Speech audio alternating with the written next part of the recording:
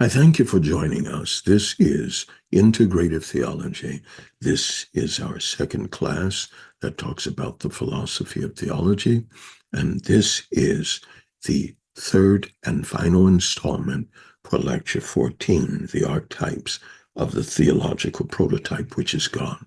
I am your host, Bishop Dr. Derek A. Reeves, and today we're going to discuss the purpose of the divine archetype. The purpose of the divine archetype.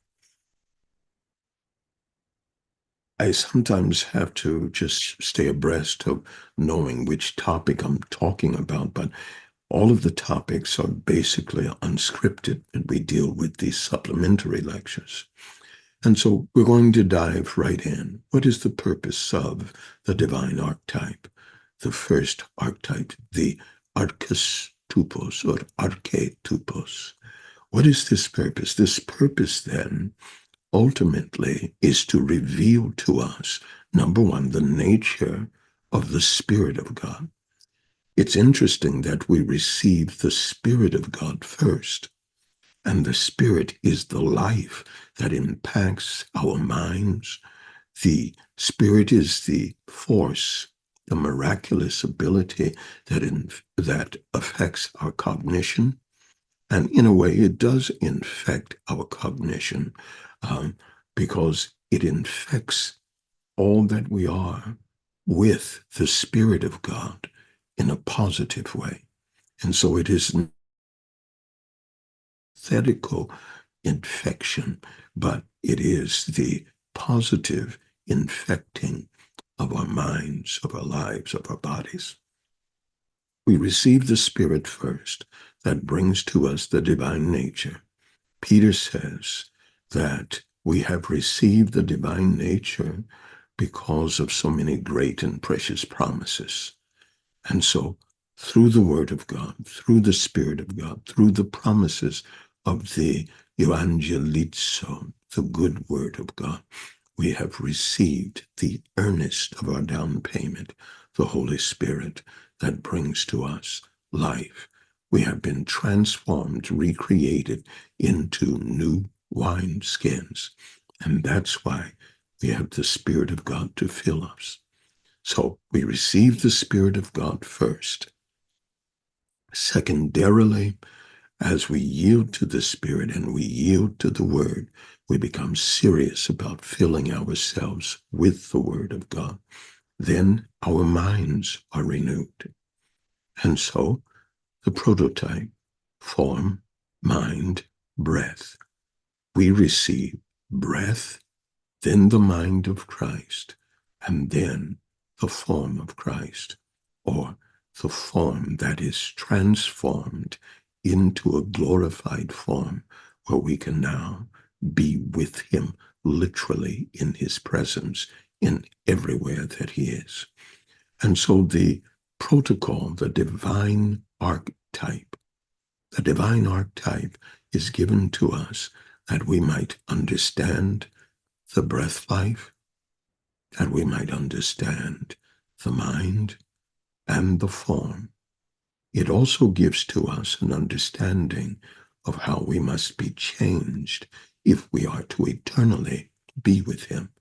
We must have a new birth with the Spirit that changes us into a new creation. We must have a renovation of the mind that comes as we yield to the Spirit and the Word, and he recreates the positivity of thinking as Christ would think.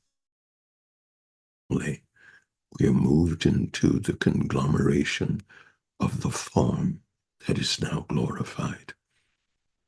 And so the archetype of God, the divine archetype, reveals to us what we ourselves will experience in our relationship with him. It reveals to us what we will go through as we move through our transitions and translation to becoming an actual embodiment of a son of God. Right now, we are sons according to the Spirit. But remember what Jesus said, that which is born of the Spirit is spirit. So our spiritual nature, has now been totally connected to the nature of God. But that which is born of the flesh, that which is still human within us, which is the soul and the body, is still antagonistic against the new spirit. And so in understanding the divine archetype, we understand that the spirit, the mind, and the form must collectively be in unity. God's glory, all that he is, does not defy what he thinks, and what he thinks does not defy or fight against the spirit.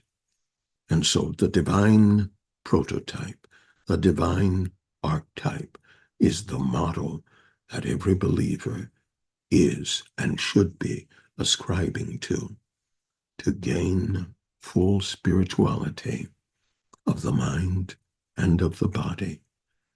We must understand the archetype, the archetypos of God, the mark that we are aiming for, the mark that we are trying to become, so that when he comes, we will be ready for the final translation, where he pulls us from this earth and we are glorified, and we will be forever with him.